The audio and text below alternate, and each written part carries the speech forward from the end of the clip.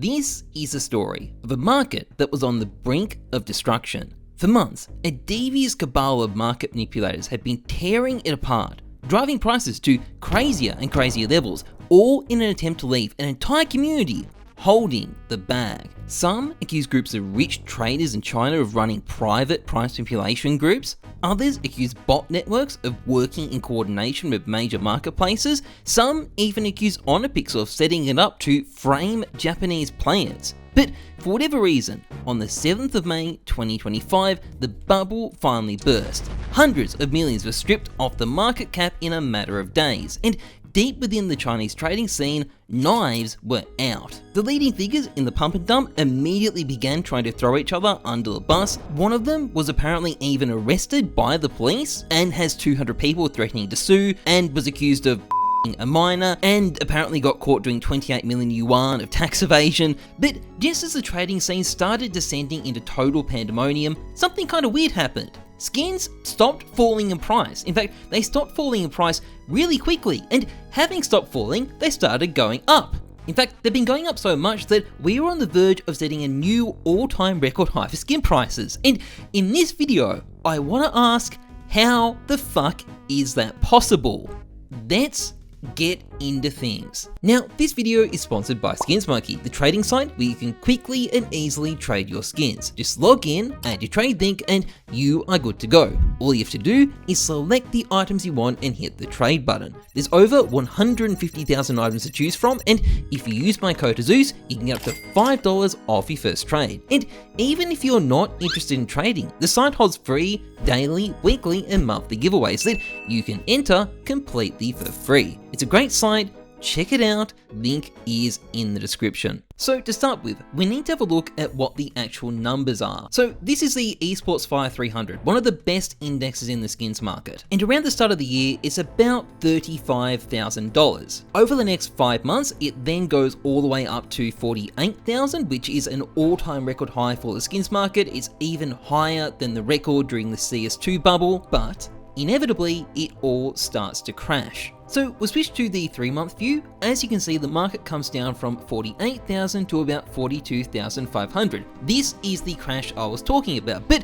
the crash only lasts for about a week, and then prices start going back up. In fact, they've gone up so much at this point that they are on the verge of setting a new all-time record. Now, there's a few reasons why this is insane, and it really starts with what's been happening in China. At the start of this video, we looked at various rumors about price manipulation coming from China. Now, I can't verify any individual story, but it is 100% certain that some kind of market manipulation was happening over there. And one of the reasons we know this is that prices on Chinese marketplaces were much higher than prices on Western marketplaces for quite a while. People were buying skins on Chinese sites basically to the point of extinction and kind of breaking the market in the process. But now that the head of the scamming ring is apparently getting hauled off to jail and his buddies are lining up to sue him, you would think this would have killed the market. But it hasn't. And not only is the market still growing strong, it's looking a lot healthier as well.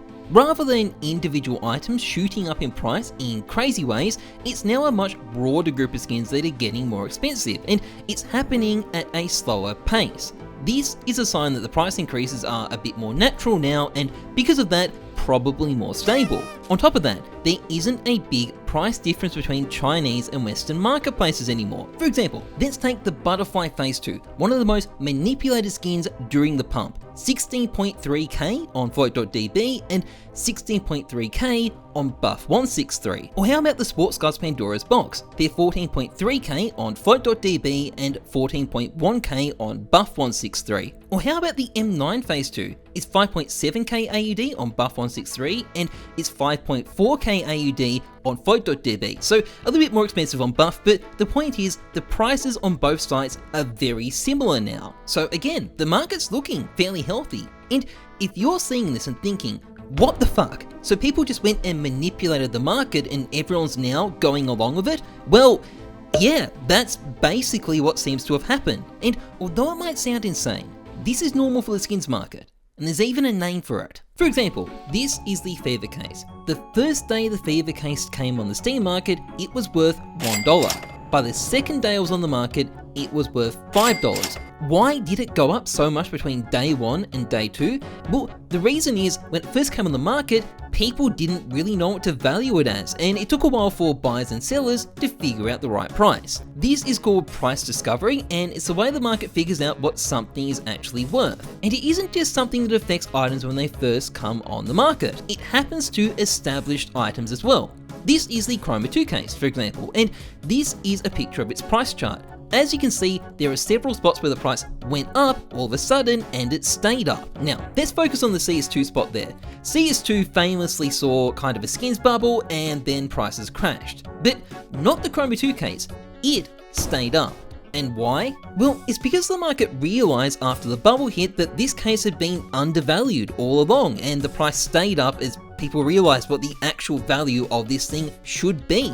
And with that in mind, we can actually look at what's happening at the moment. So I went to Price Empire and I filtered it by, biggest increase in price over the last 60 days. I then applied an extra filter just to get high value, high volume items, and what's on here just tells us everything. Almost every skin on this list is from an old, expensive, discontinued case, and the only exceptions are a couple of old operation skins. Every single fucking skin. I mean, let's focus on the Heyzeus, for example. So these are basically Counter-Strike's most desirable set of gloves. They are functionally impossible to unbox anymore because the case they're from is so expensive and rare, and believe me, I've tried. And if we go to float.db, well, there's only about 7,400 of them on the database, but you've got to keep in mind a bunch of those are either banned or in abandoned accounts, so in practice, maybe there's about 5,000 available. Now, keeping all that in mind, is $10,000 actually that crazy of a price? Remember, these are the most desirable gloves in the game, and there's only enough of them for about 0.025% of the player base. Sure, they're unaffordable for the average player, but there's not enough for the average player, not even for the average rich player. There's only a tiny, tiny number available, and given that, and given you can't really unbox anymore, I think these prices are actually kind of naturally sustainable. I think some of these skins are just too rare compared to how many CS players there are. Now, I could go through every other skin on this list one by one and we would find pretty much the same thing. They're all from cases that are rare, expensive, and not open much, and that have been going up in price for ages. And I think this is at the heart of what we're actually seeing.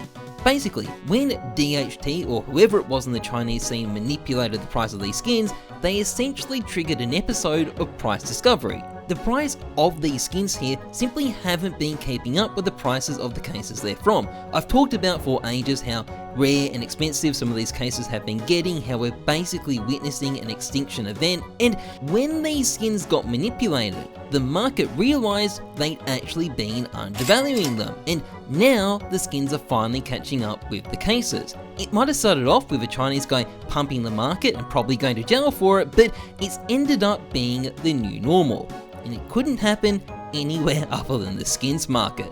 Anyway, there is something else that amazes me about this. If this game was run by any other developer, they would be re-releasing these old cases for $1 a piece and fucking cashing in on this like crazy at everyone else's expense.